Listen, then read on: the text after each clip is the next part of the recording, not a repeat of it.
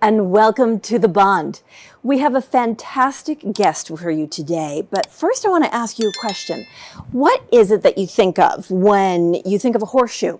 Do you think of the luck of the Irish? Do you think of St. Patrick's Day? Do you think of just anything that's good luck? Is it because of its shape? Is it because it's just been around for history? Let me ask you this. Have you ever thought about a horseshoe actually being on a horse as a shoe?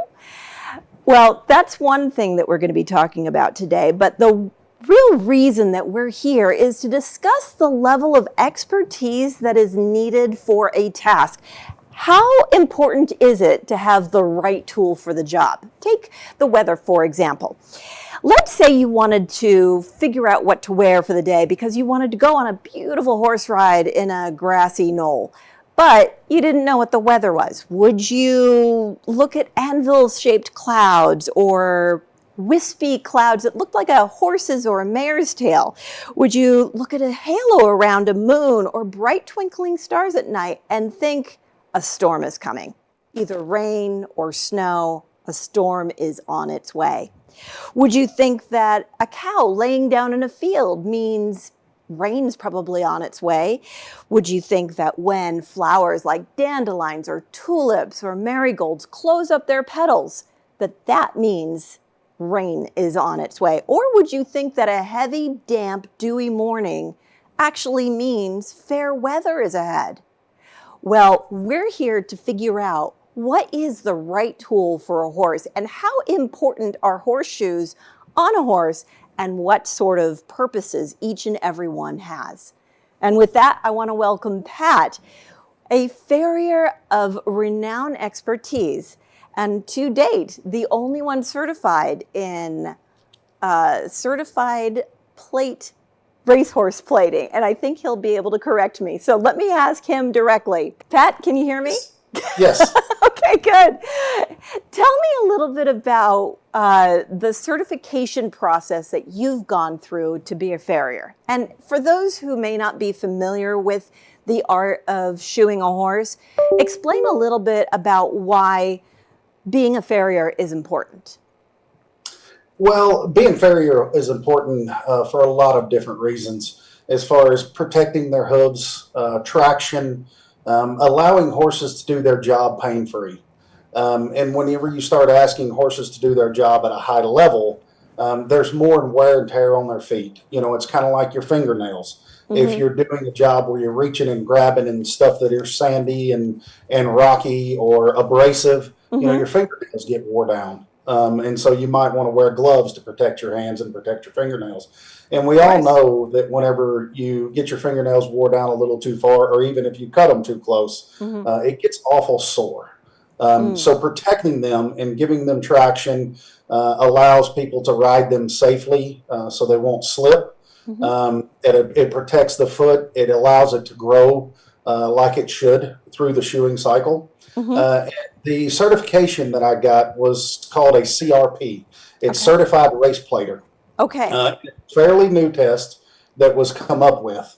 And we've went through the process through the AFA. And, you know, they had a test that was a certified farrier and then a journeyman farrier. I've passed both of those also. And for our audience, could you explain the difference in skill that's needed to be a CJF, a certified journeyman farrier, versus the certified race plater? A certified journeyman farrier, there's certain different levels of that you go through. There's three basic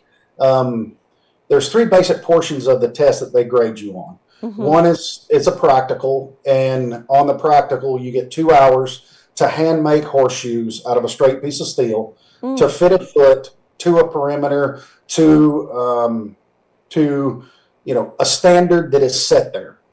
And the standard is there for a good reason because it takes subjectivity out of it. It allows them to score it on the work that you put on the ground. Mm-hmm. And so you pull clips on the front and the hind, which is part of it comes up from the horseshoe. I've actually got one here. There's a clip Show that and comes tell, up. I love it. And I'm sorry. Show and tell. Can you show us what the Yeah, horseshoe yeah, looks like? yeah. Yeah. There's a clip that comes up on the outside of the horseshoe. So whenever you're Can you making hold it these, up a little higher? sure. There we Uh, go. Okay, so I Whenever you're see. making these handmade, you actually Yeah. pull them out of the steel in the shoe that you make. Excellent. So Thank you. it allows secure the shoe to the foot a little bit better. Okay. And that's where you Journey, get into knowing about the different materials of a horseshoe, right? absolutely. Okay. Yep. Yep. And so then you have to make a bar shoe, which is a Mm-hmm. therapeutic shoe, and it is made to a standard, and it's pretty tough to make and fit to a pattern.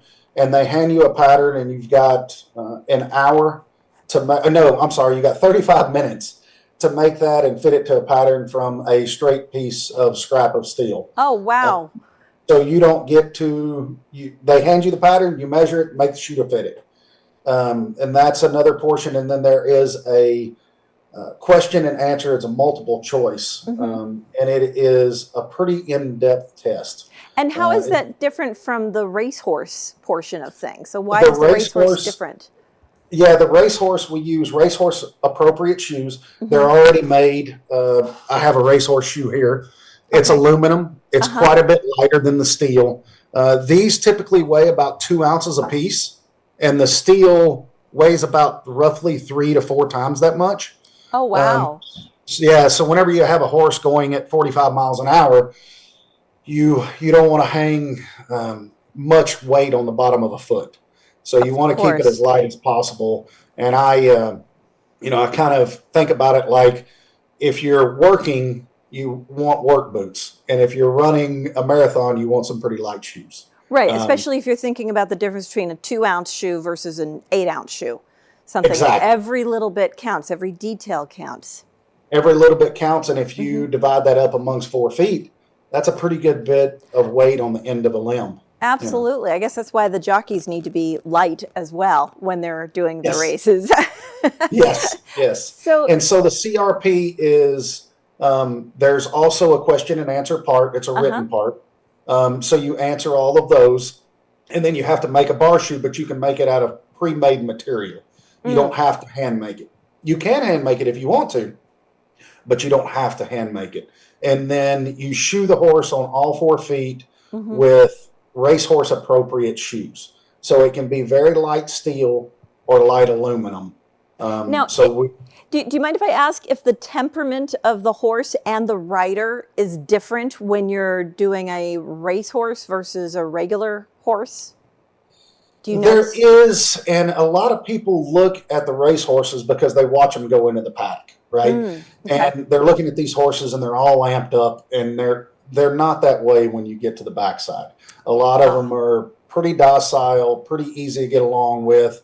A lot of the horses have a holder from the barn, so they're familiar with that person. That person is familiar with the horse that you're shoeing, hmm. and so a lot of times they'll tell you, he doesn't like his right hind mess with as much, or if they're paying attention and they're good holders, they will tell you all of this information. And you wouldn't stop a boxer on the way to the ring and try to tie his shoes. And Good so, point. yeah, people see them going into the paddock and they're all amped up. Well, Yeah. that's not the time that we're going to shoe them. That's You not know, how they are normally. That's just how they are when they get the adrenaline and going some before of a them race. they're a hot-blooded animal. They're made to be an athlete. They're at peak performance. Hmm. They are fit like no other horse really, you know, that I can think of, because that's what they're made to do. They're made to run, they're bred to run, and they are excited to get the opportunity to run. Now, You what's know. the difference between cold shoeing and hot shoeing? Hot shoeing is typically done with steel shoes, Hmm. and it's heated up in a forge until it gets to a red hot or cherry temperature. And the reason they do that is steel is harder to move cold than it is hot, and we all know that. Hmm. Hmm. So if you heat it up, it's easier on your elbow. It's just easier on your body not having to beat on cold steel. Not saying that you Okay. cannot do a good shoeing job cold, because you absolutely can. It's just harder on you. And then you can heat it up and actually burn it on the horse's hoof. Ah. And it's like your fingernail being this long. right? So if you burn the end of it, you're not going to feel it. If you Mm-hmm. cut it too close and burn it, you're going to feel it. So it allows you to marry the shoe to the foot exactly. So when you set it on there and you burn it on, it gets every portion of that shoe fitting the foot exactly, which Well, you can't do that cold. Well, now that you've drawn the analogy to a human nail, and it made me think of a manicurist and a pedicure, can you tell me a little bit about your thoughts about the decoration that goes into hooves when they are doing celebratory parades? You know, a little bit of the glitter, the fancy designs, all of that. As an expert farrier, what opinions do you have about decorating hooves? You know, as long as it's safe for the horse, as long as the materials you're putting on there are not going to cause any problems. Um, and I do have to say, my daughter runs in shoes that we manufacture. They have blisters on the outside of them that get filled with glue. Mm-hmm. And she is a 16-year-old girl. Oh, And and for our audience, when you say blister, you don't mean a rubbing blister. You mean the plastic is blistered and the plastic is a concave gap that's filled with a substance to adhere to the hoof. Is that right? Yes. Okay, just wanted to double check. Yeah, Just in case people thought that hooves would get blisters on them. no, it's not hurting the horse at all. But we will take the glue that goes inside of those blisters and or the blister itself and decorate the plastic part so that we've had, I mean, So it's like a wrap that you put around your car. Yes, exactly. Okay. I've put leopard print in them. We've put glitter in them. You know, like I said, she's a 16-year-old girl, and she gets and creative I'm on awful that. proud of her. So she gets to have the fun that she wants to have. That's fantastic. So tell me a little bit about some of the materials that you've worked with and in the shoe. Is there anything that's sort of a new material that you really like working with, or is it the traditional steel for the pleasure rider and aluminum or titanium maybe for a racehorse? Well, the titanium, there is some shoes out, but they're hard to shape and they're very expensive. So when this gets into it, it still has to be cost effective. You know, there is some materials out now that they've made rubber and plastic shoes. And what would those be used for? Are they like galoshes we that you use wear them on a for rainy racing. day? Yes, yeah. They're used in a wide variety of different disciplines. They are, when they first come out, they wouldn't hold up very well. It's like everything else. With technology, they've improved. They hold up quite well now. And they've kind of used them to, or sold them as taking shock out of the limb or taking shock out of the leg. Some horses, I can see that it's a benefit. The problem is some horses, when they're running, in my case, you know, and I do have to say that I feel really comfortable shoeing running horses. The off the track horses and things, I don't feel it. My expertise goes into that as much. There's people out there that are way better doing that than I am. And a lot of times I pass those horses on to someone else. I've got a great mentor of mine, Danvers Child, and he's in the Hall of Fame for show horses. Oh. And he pretty much took over all of my show horses that I was doing. Now, what is it about off the track that you don't feel you have the level of temperament or expertise to handle those horses? I have a passion for the racetrack. You just prefer that, or is it There a certain... is nothing like seeing a horse run on TV that you know that the whole nation's watching. So off the track is too sedentary. So are you more of a bungee jumper that wants to dive off the bridge? Yes, and it's okay. I have said for a long time that, and people's heard me say this, but I want to shoe a horse that changes someone's life. And if you're shoeing a horse that's running for $1 million, that horse is about to change someone's life. Absolutely. You know? Absolutely. And not saying, and I don't want to take anything away from anybody else shoeing another horse, because horses change people's lives no matter who you are. Oh. You know, like my daughter has a horse and it's changed her life, you know. So for me, it's just a little bit different as far as I like to be competitive. I grew up being competitive. I played baseball, you know, I played football, I played a lot of competitive sports, and I love the part about being competitive with the racehorses. So, can I ask you this? If you had your choice about where you think the profession of farriers were going in the future, what would you want to see changed? What do you think should be either improved or more certified or what? I think education is a big part that, as a whole, we are lacking. Mm-hmm. And I think that if we can move forward for the horse, for the industry, for the rider, and get more education into our everyday shoeing and Mm-hmm. learning anatomy, learning, ground force reactions, I don't think we ever truly quit learning in this business. I Mm-hmm. think there is horseshoers that have been shoeing horses for 30 years and they learn their first year and then they quit learning. I Oh. think there's a 10-year group of horseshoers who become really good in that 8 to 10 year range. Mm-hmm. And they think they're good enough at that. And a lot of times they are. But they stay that 8 to 10 year horseshoer for a long time. And it's hard to decide to get better whenever you have a clientele built, you're feeding your kids, you're really getting and you're working on decent horses. But if Mm-hmm. you decide to get better at that 8 to 10 year range, it never stops. And it's kind of maybe in life it would be better to stay in that 8 to 10 year range because you go down a rabbit hole and you're never good enough after that. So continual education. I think it would be huge.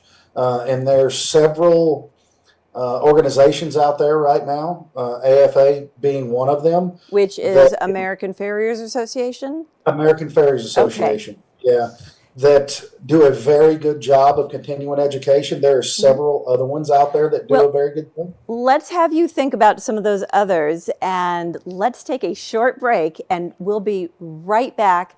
Stay with us.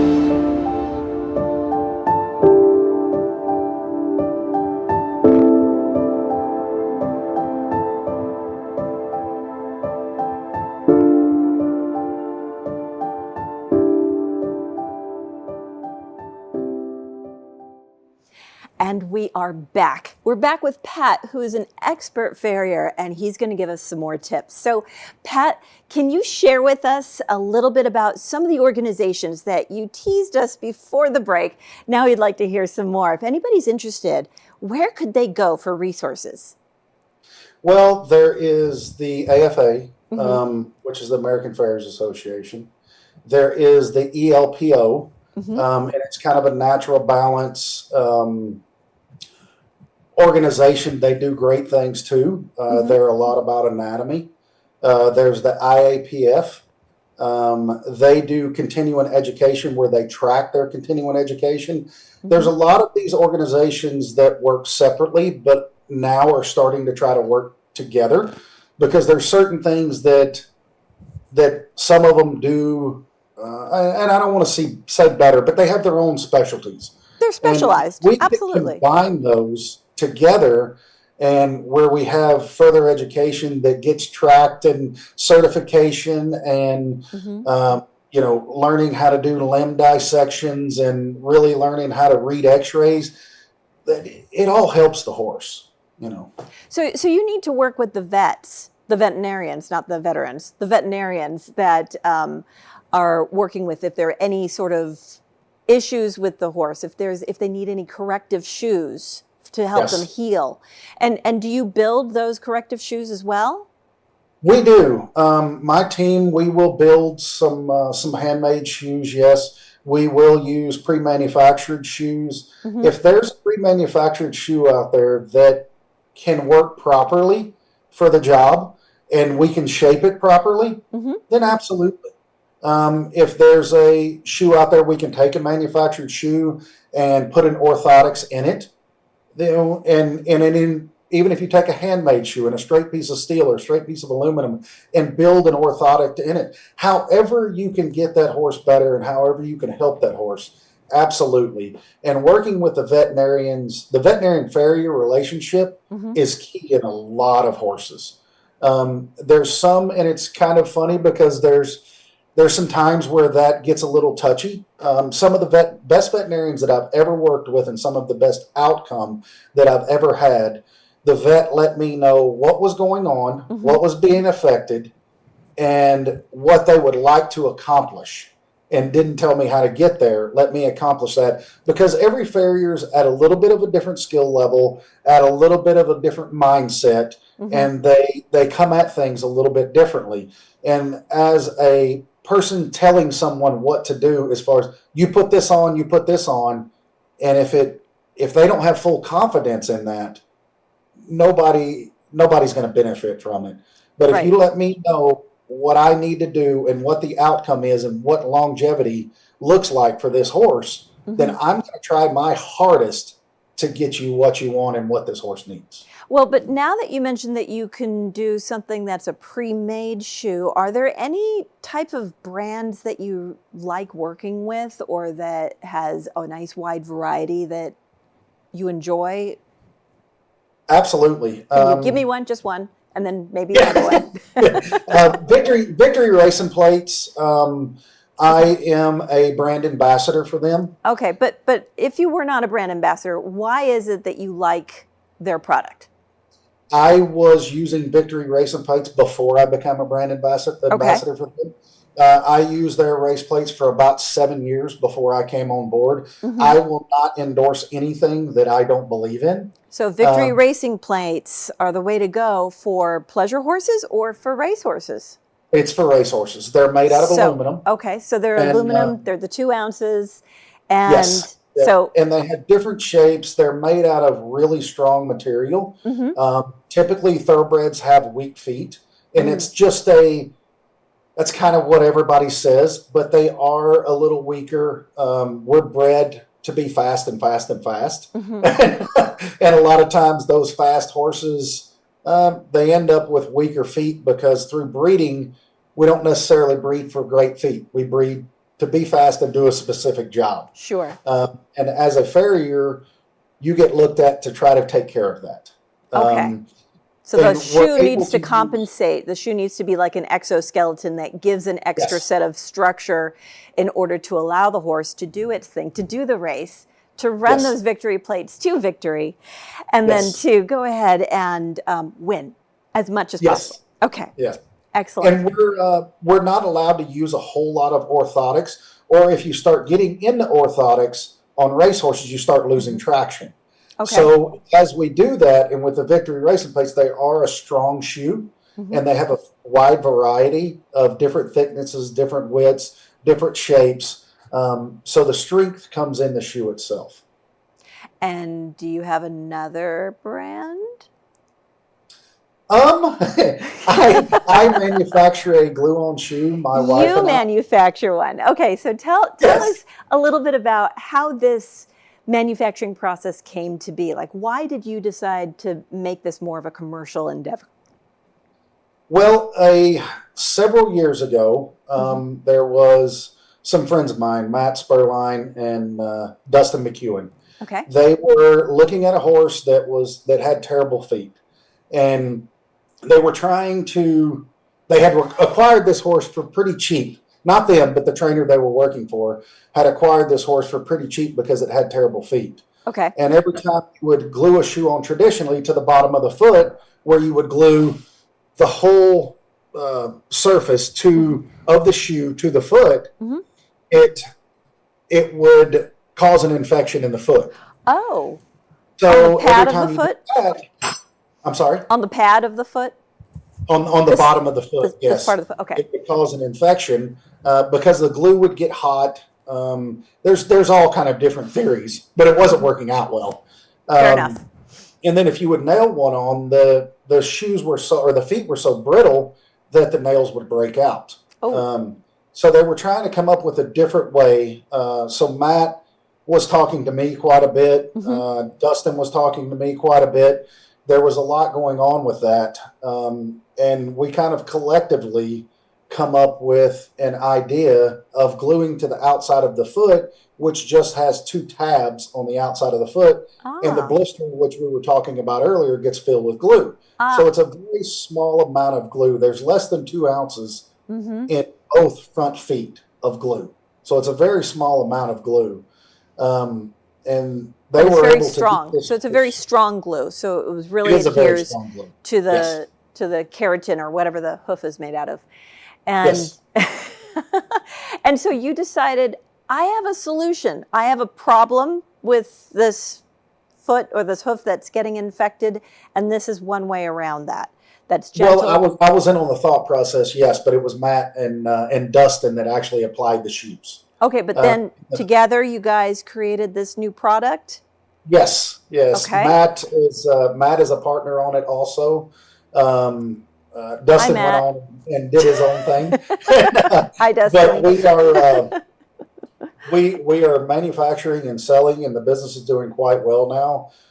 It's a shoe that is put on without nails. We have them in steel and aluminum, so that you can hot fit them. You know, you can do kind of your traditional way of going about it, and but you still attach the foot to where it's normally nailed. And so it lets the hoof mechanism work the way that it's supposed to, as far as when it hits the ground, it can contract and expand. So the blood flow gets through the foot the way that it should. So we've had some really good success with it. It's been pretty cool.